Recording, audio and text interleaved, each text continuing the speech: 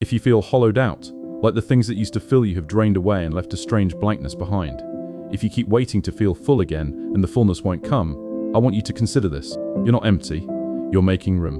What feels like nothing inside you is actually a clearing, and clearings are where new things are allowed to grow. Somewhere along the way, we decided that empty is always bad, that a good life is a full one, busy, packed, brimming, and that any space inside us is a deficiency to be filled as fast as possible. So when the emptiness arrives, you panic. You rush to stuff it with anything: noise, work, scrolling, the next thing, the next person. But you can't fill a space that was trying to teach you something, and the rushing only buries the very thing it came to offer. Think about a field that a wise farmer leaves fallow. For a whole season, that field grows nothing. To a passerby, it looks like waste, like failure, like a farmer who's given up on perfectly good land. But the farmer knows the truth. A field that grows crop after crop without rest exhausts itself until the soil is spent and nothing thrives. The fallow season isn't idleness. It's the soil quietly recovering its richness, rebuilding the very fertility the next harvest will depend on. The empty field isn't barren. It's getting ready to be more alive than ever. That's what's happening in the emptiness you're afraid of. It isn't the absence of life. It's the soil resting. The old crop, the old identity, the old way of filling your days has been harvested or has died back. And what's left is a clearing that feels like nothing but is actually the most fertile thing you've got. You're not running on empty.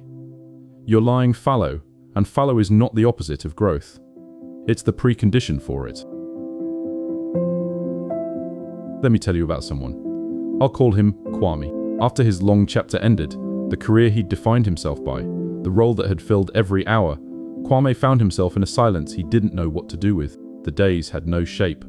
The drive was gone. He kept reaching for the old fullness and grabbing only air, and he started to believe something in him had simply burned out for good, that the emptiness was permanent and he was finished. What Kwame slowly came to understand was that the emptiness wasn't an ending, it was the in-between. The old crop had been harvested, and he was rushing to plant the exact same thing again, in soil that needed to rest first, that needed to be empty long enough to discover what it actually wanted to grow next. When he finally stopped fighting the fallow season and let himself sit in the clearing, something he'd never have predicted began, quietly, to take root. The thing that grew next was richer than anything the full years had produced, but it could only grow because he'd let the field lie empty long enough to be ready.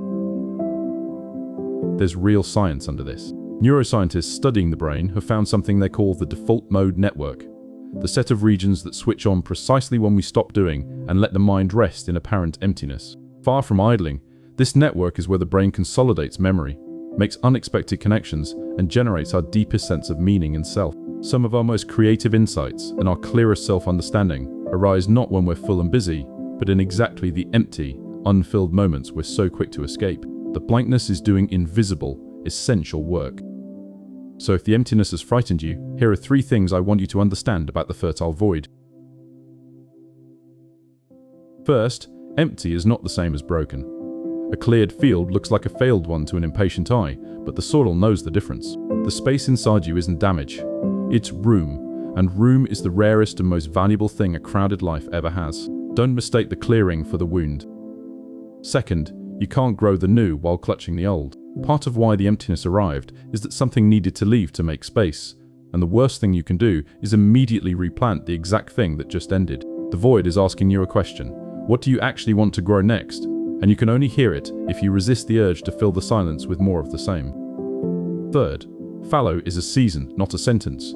The emptiness feels permanent in the middle of it, the way winter feels permanent in February. But the resting soil isn't quitting. It's preparing. The fullness will return, richer than before, on the far side of a clearing you were brave enough not to rush.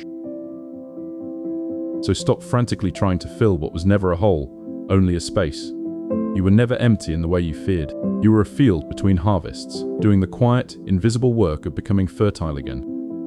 The author and theologian Henri Nouwen once wrote, "Our emptiness is the condition necessary for divine communion, the space in which something new can be received." Emptiness, he understood, was never the enemy of fullness.